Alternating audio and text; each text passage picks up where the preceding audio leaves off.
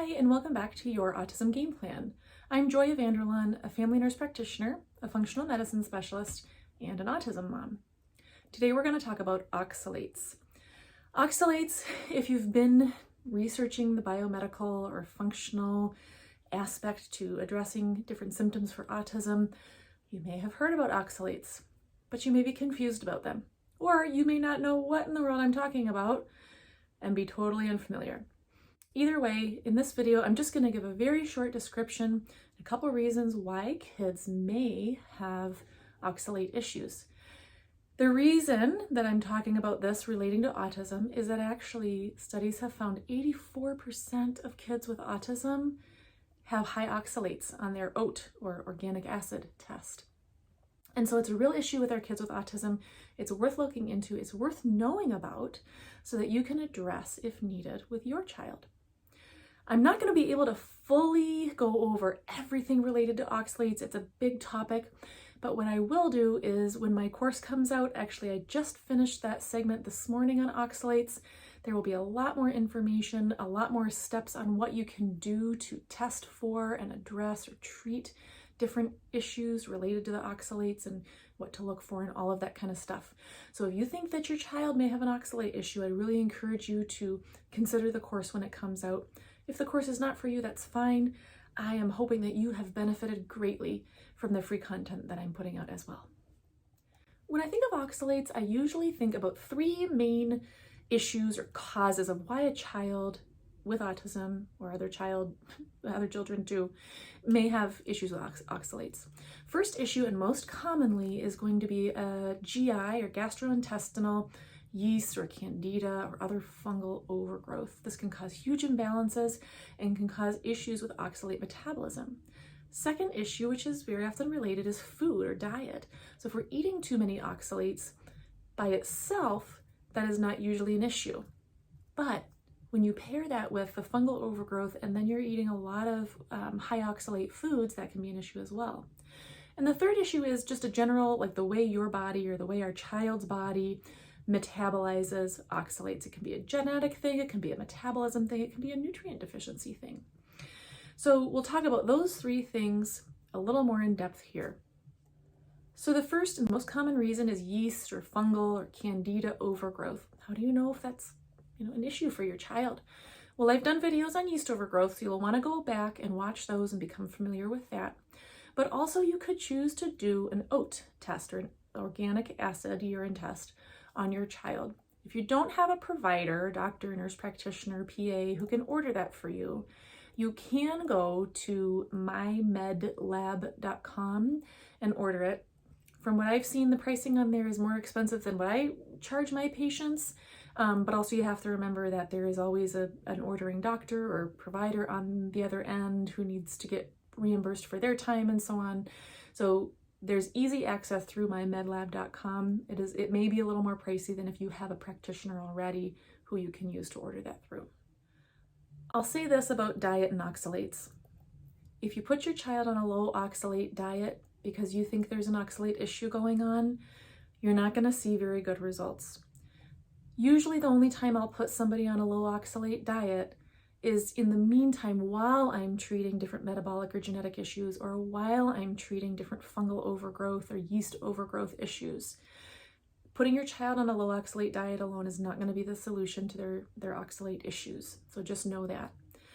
That being said, if it is appropriate to have your child on a low oxalate diet, certain foods that are notoriously high or especially high in oxalates include potatoes, sweet potatoes, kale, chard, like Swiss chard, peanuts, soy, parsley, pecans, a couple other things.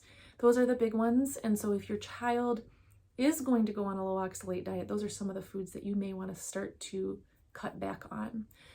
The problem with going on a low oxalate diet, though, is that a lot of those foods are really healthy, and we want our kids to be able to eat a variety of healthy foods.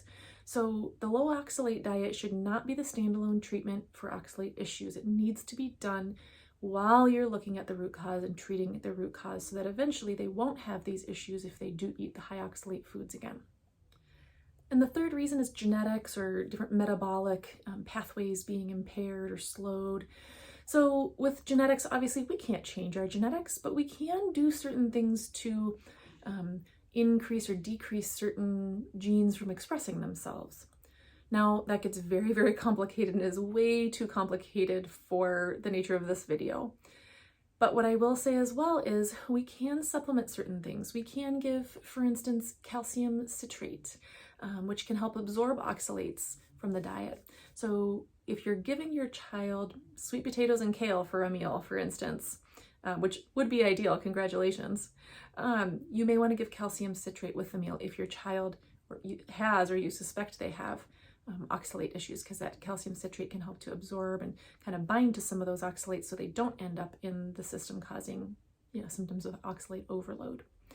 We can't change genetics, but we can, supplement other factors that may be involved in the metabolism of oxalates. And again, diet can be huge, right? So never diet on its own, but while we're working on underlying issues like, ramping up or turning down different genes to help the oxalate issues, we can certainly have the child on a low oxalate diet for a period of time. Again, not too long, and only when we're working on underlying issues, because we really don't want to eliminate these foods that are super high in oxalates, because a lot of them are really, really healthy.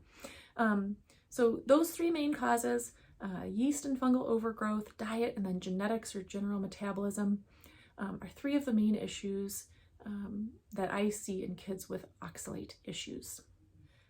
Thanks again for watching. Certainly this has not been a comprehensive course on oxalates here in this short video, but I hope you will join me for my course. My course is going to be coming out before the end of the year, ideally pretty well before the end of the year, depending on how much I can get done between my medical practice and parenting and all sorts of other stuff that we all have on our plates. But I have laid out the course in such a way that's going to make it a simple, kind of a step-by-step hand-holding guide to, your child has autism, you're starting in this biomedical or functional realm. Where do you start? You're not going to start with some of the stuff that's way out there, fecal transplants and HBOT. You're not going to start there. But where do you start? There's so little information on that, and you don't know where to turn, and you read about this or that, and you're desperate to help your child. But if you don't get these first things in place, these essential 5, I'm calling them, if you don't have these essential 5 addressed or in place, lots of the other things that you're going to try just aren't going to get the results you want. So that's how I've laid out my course, kind of a beginner's guide to autism, where to start, how to track different things so it's easy for you. When we started out, I was short on time. I was parenting, to the 10th degree of difficulty, right? Sophie was 3 when she was diagnosed, and I had 1-year-old twins at the time. I know about being busy. I know the desperation. I know the feeling of overwhelm that comes with being so desperate to help your child, but just not knowing what to do. So that is the purpose of these videos, and that's even more so the purpose of the course that will be coming out. I hope you'll subscribe to our weekly newsletter, because that is where you will find the latest about when the course is coming out and how to have access to that. And in the meantime, make sure you are being gentle with yourself, because you are doing a good job.